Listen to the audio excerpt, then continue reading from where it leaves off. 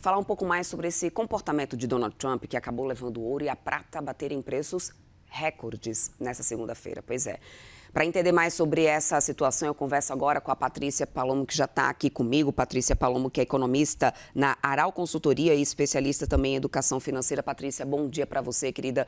Obrigada por ter aceito o nosso convite, estar aqui para a gente debater um pouco sobre esse assunto. Bom dia, Débora. É um prazer estar aqui contigo. Patrícia, não é a primeira vez que a gente vê esse tipo de movimentação ocorrendo no metal precioso. Desde quando a gente começou com essa escalada, né, dessa tensão comercial com Donald Trump, em abril do ano passado, a gente começou a acompanhar, né, uma guinada do preço do ouro dos metais preciosos. Sempre em situações geopolíticas e agora também de tensões comerciais, a gente vê esse movimento acontecer. O meu questionamento principal, assim, para a gente, né, de largada começar esse papo, até onde o ouro consegue sustentar essa esticada, esse preço, agora essa cotação que historicamente não se via no metal precioso, né? Dobramos, mais do que dobramos do valor, né, se comparado a um ano atrás, querida. Perfeito. Débora, a gente precisa, para te responder, a gente precisa avaliar quais são os aspectos hoje que estão determinando esse movimento de alta do ouro e de outros metais também que a gente tem acompanhado. Como você bem citou, no ano passado esse movimento já aconteceu, ele já vinha acontecendo por conta das questões geopolíticas, então isso é uma busca por proteção, por conta do enfraquecimento do dólar, onde grandes investidores, inclusive as reservas de países, buscam uma alternativa segura para, né, investir, e aí então saem de algumas moedas e buscam o ouro, e uma busca também por proteção inflacionária. Então, a gente, vivendo num ambiente de pressão inflacionária, é natural que os agentes busquem proteção para manter o seu poder de compra, e para isso saem de moedas e buscam também coisas, né, itens que acabam tendo ali uma previsibilidade maior do seu valor, do seu poder de compra. Então esses 3 aspectos, eles pautaram ali o movimento de 2025 numa busca por proteção, que foi potencializado também por especulação. Você tem esses 2 movimentos acontecendo ao mesmo tempo. Então, quando a gente corta para 2026 e analisa esses 3 aspectos, a gente continua, intensificando as questões geopolíticas, esses choques geopolíticos que, inclusive, a presidente da Comissão Europeia trouxe no discurso dela anteriormente, ali junto à investida à Venezuela e agora a investida em relação à Groenlândia, traz ainda mais tensão e insegurança na questão dessas relações dos conflitos geopolíticos, o que fortalece ainda mais esse movimento de apreciação da moeda.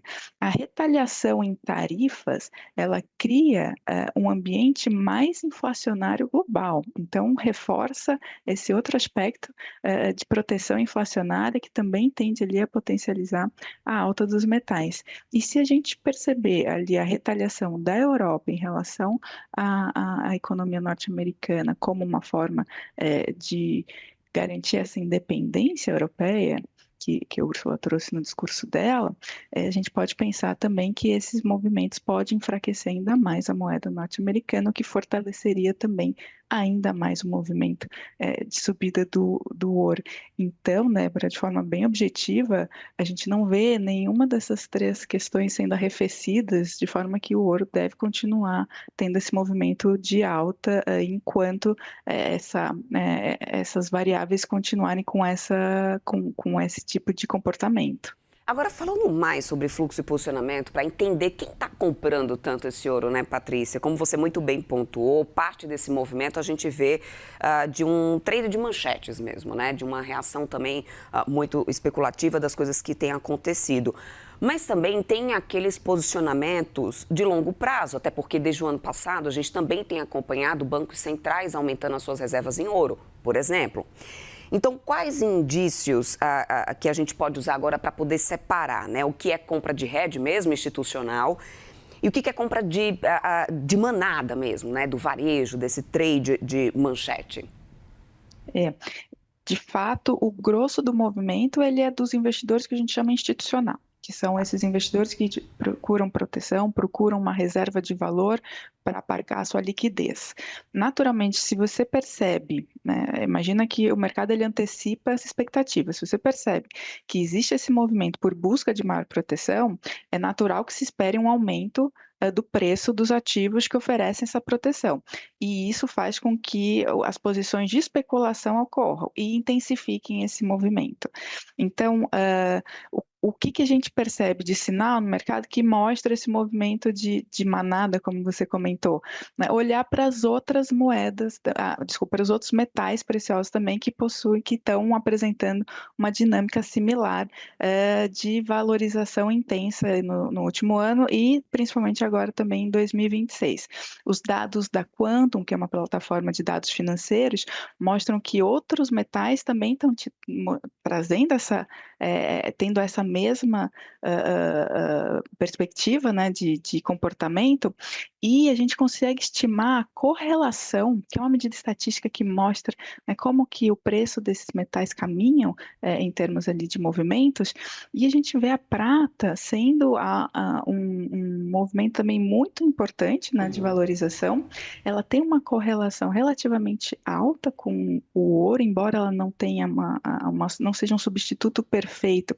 A gente percebe que existe uma busca também por alternativas ao ouro Uhum. para pegar esse movimento de valorização.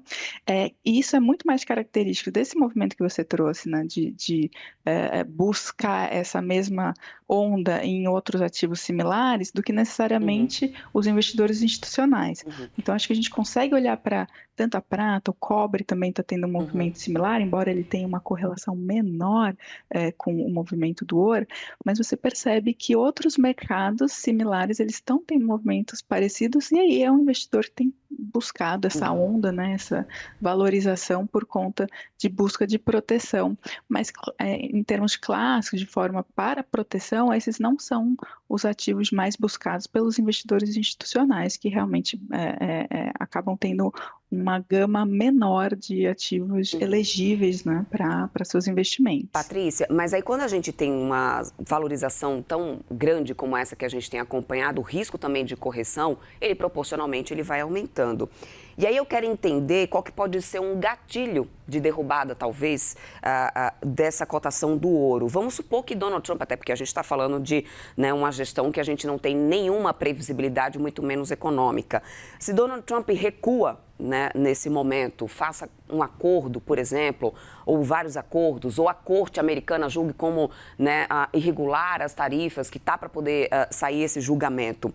Como que o investidor pode se preparar para um efeito mola, talvez, mas mantendo ainda essa capacidade de proteção, né, sem amargar tantos prejuízos? Há, na tua visão, quando se faz investimento em ouro, risco de uma correção muito forte?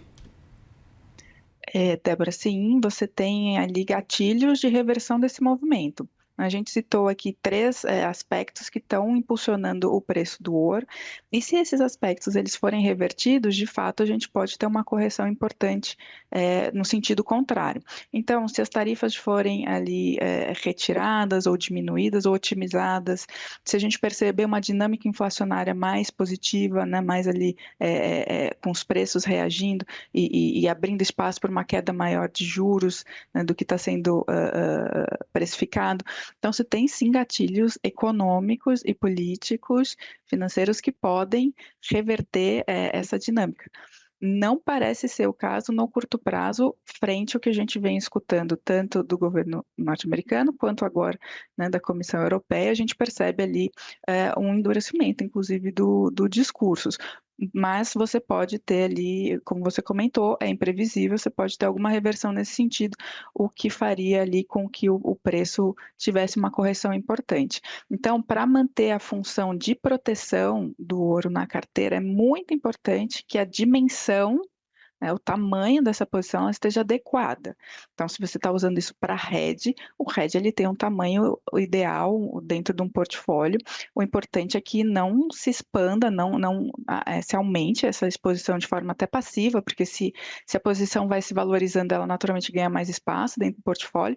É importante ter ali uma gestão ativa nesse sentido de controlando essa posição, para você não ficar super exposto a um ativo que está volátil, que está apresentando reação a variáveis que são pouco previsíveis, pouco modeláveis, né? Então você precisa ter o tamanho correto dessa posição para continuar com a função de proteção dentro de uma alocação, de um portfólio, e ficar realmente de olho ali, porque os triggers hoje estão para o movimento altista ainda do preço dos metais, mas qualquer reversão do comportamento desses agentes pode trazer ali uma realização importante desse mercado.